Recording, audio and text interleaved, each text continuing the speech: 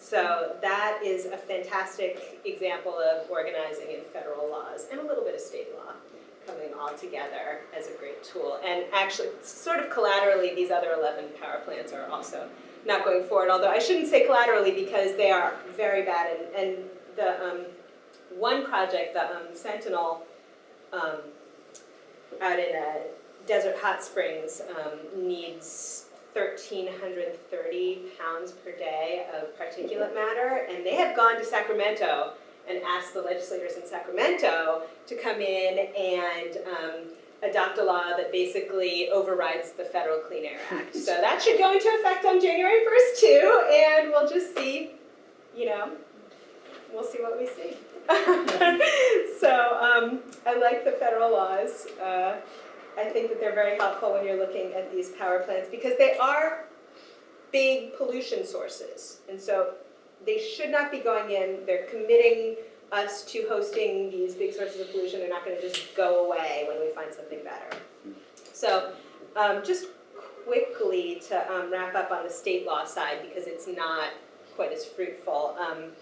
As I said, it's really hard to stop a new power plant just using state laws because all of the usual tools that we lawyers have to stop projects have been shoved together under the umbrella of the CEC, but it's not useless. You should definitely intervene in a CEC proceeding.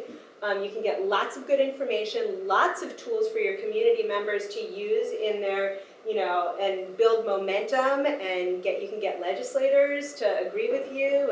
And honestly, I think that the CEC staff, a lot of them are really good and they're trying to do the right thing. And so just because you have no recourse from a bad decision doesn't mean that you will always get a bad decision. So I think it's a good thing to do. And it keeps the process open for the organizing. The last thing is what Rory was talking about in front of the PUC. If you're dealing with an investor-owned utility, like maybe you could explain the difference between the CEC and the PUC and what they stand for, what they do. Sure. The Energy Commission, I'm not actually sure I can answer that fully, but the energy, there are sort of three agencies who I think of as having the power over power. There's the Energy Commission, the CEC, which actually has an official name under the act that generated it, the Warren-Alquist Act. And then the California Public Utilities Commission regulates public utilities. There are some utilities that their stuff doesn't have to be governed by it. And then there's the California Independent System Operator.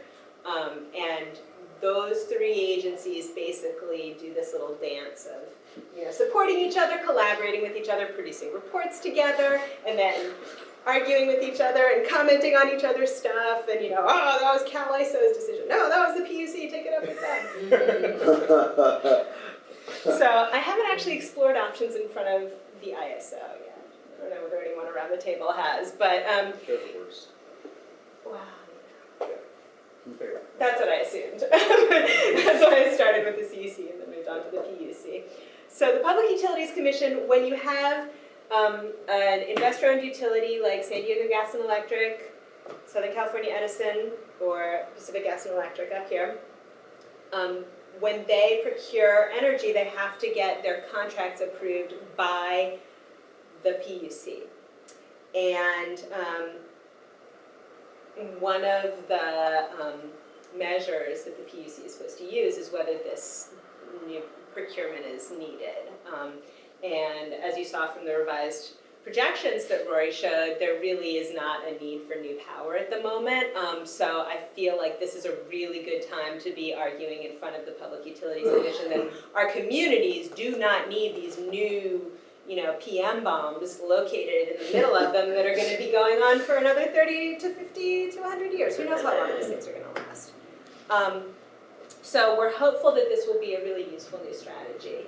And we're hopeful that these strategies together can just kind of hold the line, hold the space until we can really transition to a renewables future.